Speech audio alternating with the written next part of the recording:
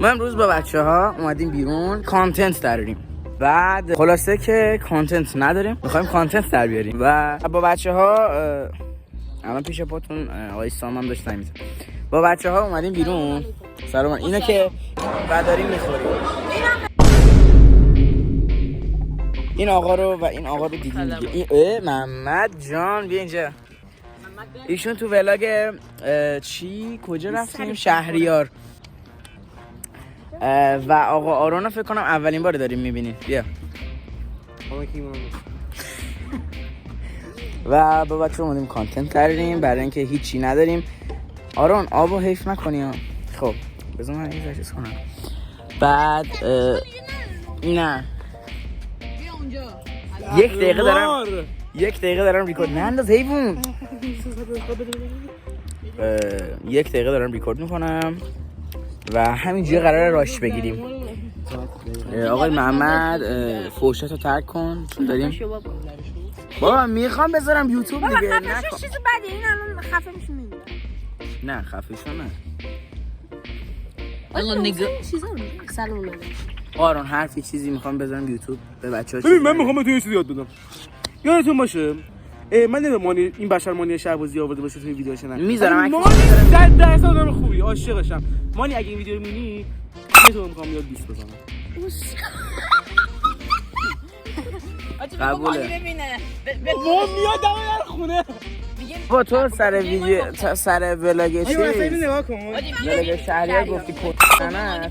نه من ببین به قرآن من هیچ وقت به مادر فشار فوش به هر حال آها گفتی نه میدونی کیه اونو گذاشتن. خوبه آقا بریم رفت ویدیو خودشه. ویدیو چنل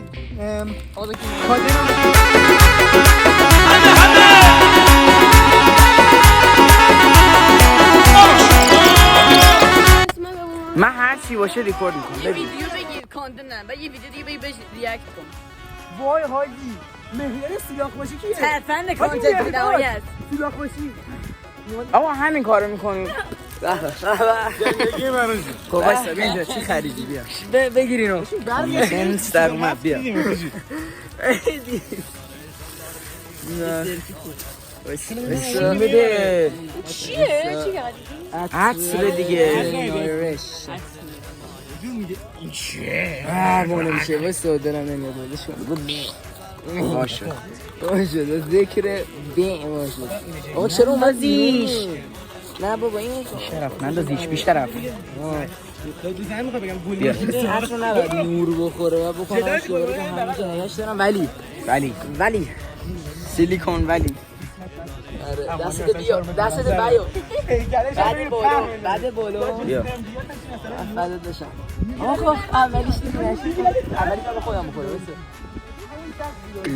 آها خدا اسکورپیو نگیر اصلا قدیمی تنه یخ کرد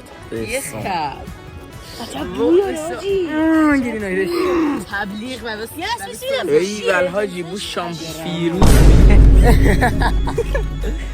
بنده ها این همه از قد عالی قد قد تا دیده بودی 450 بگیر نداری. آقا این ویدیو بعد 8 دقیقه شه من نمیدونم تنت بچه‌ها بمونن بچه‌ها ارزش داره. یعنی پادکست میشه آقا آره پادکست آره بچه‌ها احتمالاً الان که دارین این ویدیو رو میبینید یک چنلی توی یوتیوب هست که اسمش چیزه خب و پادکست من و سامه و برید حتما پارتاش رو ببینید. احتمالاً الان که این ویدیو رو دارید میبینید 1 یا 2 پارتش آپلود شده.